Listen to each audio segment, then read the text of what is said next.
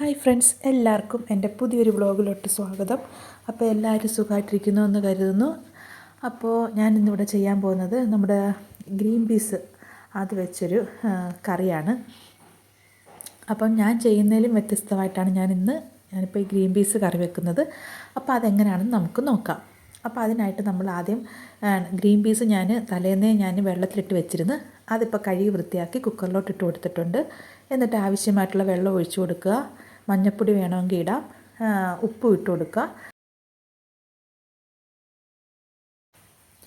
എന്നിട്ട് നമുക്ക് അടുപ്പിൽ വെച്ച് 2 വിസിൽ കൊടുക്കാം. അപ്പോൾ അതവിടെ കിടന്ന് വേകട്ടെ. അപ്പോൾ ആ സമയം കൊണ്ട് നമുക്ക് ഒരു സവാള ചെറിയ കഷ്ണങ്ങളാക്കി അരിഞ്ഞെടുക്കാം. അതുപോലെ തന്നെ ഒരു 2-3 പച്ചമുളക്, എരിവിന് ആവശ്യമായിട്ടുള്ള പച്ചമുളക് നമുക്കതും മുറിച്ചൊക്കെ എടുത്ത് വെക്കാം. ഇന്ന് ഞാനിവിടെ ദോശയാണ് ഉണ്ടാക്കുന്നത്. അപ്പോൾ അതിന് ഞാൻ മാവ് എല്ലാം കലക്കി വെച്ചപ്പോണ്ട് ഇന്നലെ തന്നെ അരച്ചെല്ലാം സെറ്റാക്കി. എന്തായാലും അത് ഇച്ചിരി പതഞ്ഞൊക്കെ വന്നു കേട്ടോ. പിന്നെ ഞാൻ നമ്മുടെ റൈസ് കുക്കറിലാണ് എടുത്ത് വെച്ചിരുന്നത്. അപ്പോൾ അതുകൊണ്ട് രാവിലെ നല്ല രീതിയിൽ പുളിച്ചെല്ലാം വന്നിട്ടുണ്ട്. അപ്പോൾ അത് ഞാൻ പിന്നെ കലക്കിയെല്ലാം ഉപ്പും സോഡാപ്പൊടിയൊക്കെ ഇട്ട് കലക്കിയെല്ലാം വെച്ചിട്ടുണ്ട്. അപ്പോൾ ഒരു 10-15 മിനിറ്റ് അത് സെറ്റായിട്ട് കലക്കി അവിടെ വെച്ചേക്കണം. അപ്പോൾ ആ സമയം കൊണ്ടാണ് ഞാൻ ഇതൊക്കെ ചെയ്യുന്നത്.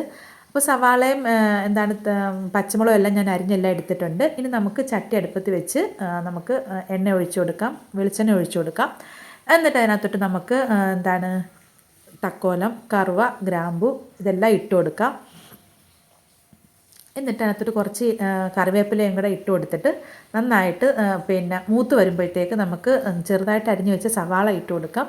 അത് നന്നായിട്ടൊന്ന് വാടി വരണം. വാടി വരുമ്പോഴേക്ക് നമുക്ക് അതിനകത്തോട്ട് പച്ചമുളകും കൂടെ ആഡ് ചെയ്ത് കൊടുക്കാം.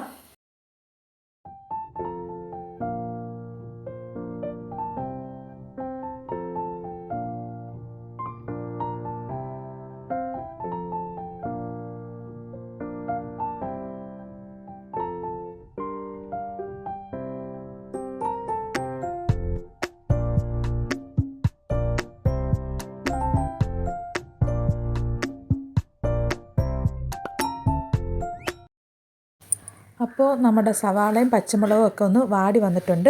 അതിനകത്തോട്ട് നമുക്ക് ഒരു 1/2 ടീസ്പൂൺ മഞ്ഞൾപ്പൊടി ഇട്ട് കൊടുക്കാം.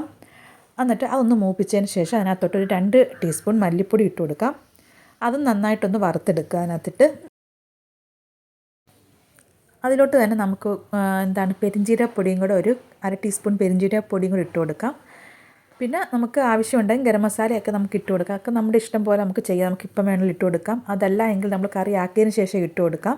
ഞാനിപ്പോൾ ഇടുന്നില്ല. ഞാൻ തേങ്ങ അരച്ച് വെച്ചപ്പോൾ ഉണ്ടായിരുന്നു. അപ്പോൾ ഇത് നന്നായിട്ട് വഴറ്റിയതിന് ശേഷം ഞാൻ ഒരു പിടി തേങ്ങ, ഒരുപാടൊന്നും എടുത്തില്ല, ഒരു പിടി തേങ്ങ നമുക്ക് ആവശ്യമുള്ള ഇപ്പം നല്ല കുറുകുറാന്നും പറഞ്ഞ് കറി ഇട്ടണമെങ്കിൽ അതനുസരിച്ച് ഗ്രേവി നമുക്ക് തേങ്ങ കൂടുതൽ അരച്ചെടുക്കാം.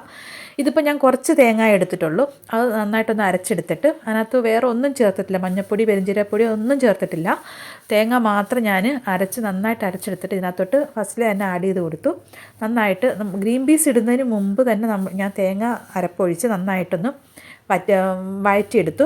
കാരണം അതിൻ്റെ ഒരു പച്ചപ്പ് മാറുന്നിടം വരെ നന്നായിട്ടൊന്ന് പച്ചമണം മാറുന്നിടം വരെ ഒന്ന് വഴറ്റിയെടുത്തു. അതിനുശേഷം നമുക്ക് ഈ വേവിച്ച് വെച്ച ഗ്രീൻ പീസ് ഇട്ട് കൊടുക്കാം. ഇത് പിന്നെ നന്നായിട്ട് അതുമായിട്ടൊന്ന് മിക്സ് ചെയ്തതിന് ശേഷം നമുക്ക് ഈ ഗ്രീൻ പീസിൻ്റെ വെള്ളം തന്നെ നമ്മൾ തിളപ്പിച്ച ആ വെള്ളം, ഗ്രീൻ പീസ് വേവിച്ച ആ വെള്ളം തന്നെ നമുക്ക് അതിനകത്തോട്ട് ഒഴിച്ചു കൊടുക്കാം. എക്സ്ട്രാ വേറെ വെള്ളം ഒഴിക്കേണ്ട ആവശ്യമില്ല. നന്നായിട്ട് മിക്സ് ചെയ്ത് കൊടുക്കുക. പാകത്തിന് ഉപ്പ് നോക്കി ഉപ്പും കൂടി ഇട്ട് കൊടുക്കുക. പിന്നെ നമുക്ക് ഗരം മസാല ഇട്ട് കൊടുക്കാം, വീണ്ടും കറിവേപ്പില ഇട്ട് കൊടുക്കാം, മല്ലിയില ഇട്ട് കൊടുക്കാം. അതൊക്കെ നമുക്ക് ഇഷ്ടമനുസരിച്ച് ചെയ്യാവുന്നതാണ്.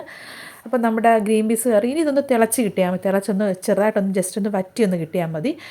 നമ്മുടെ ഗ്രീൻ പീസ് കറി റെഡിയായി. അപ്പത്തിൻ്റെ കൂടെയൊക്കെ ദോശയുടെ കൂടെ ഒക്കെ കഴിക്കാൻ പറ്റുന്ന നല്ല സൂപ്പർ കറിയാണ്. അപ്പോൾ ഇതുപോലെ എല്ലാവരും ഒന്ന് ട്രൈ ചെയ്ത് നോക്കുക. അപ്പോൾ ഇന്നത്തെ ബ്രേക്ക്ഫാസ്റ്റിൻ്റെ കാര്യങ്ങളൊക്കെ ഇതൊക്കെയാണ്. നമ്മുടെ ദോശ, അതുപോലെ തന്നെ ഗ്രീൻ പീസ് കറി. അപ്പോൾ വീഡിയോ ഇഷ്ടപ്പെട്ടെങ്കിൽ ലൈക്ക് ചെയ്യുക, ഷെയർ ചെയ്യുക, സബ്സ്ക്രൈബ് ചെയ്യുക, കമൻറ്റ് ചെയ്യുക. അപ്പം എല്ലാവരും കൂടെ ഉണ്ടാകണം. എന്നാലേ നമുക്കൊരു പുതിയ വീഡിയോകളൊക്കെ ഇടാനുള്ള ഒരു ഇൻട്രസ്റ്റ് ഉണ്ടാകത്തുള്ളൂ. അപ്പോൾ എല്ലാവരുടെയും സപ്പോർട്ട് പ്രതീക്ഷിക്കുന്നു. അപ്പോൾ ഇത്രയൊക്കെ ഉള്ളൂ. പുതിയൊരു വീഡിയോ ആയിട്ട് വീണ്ടും കാണുന്നിടം വരെയും ബൈ.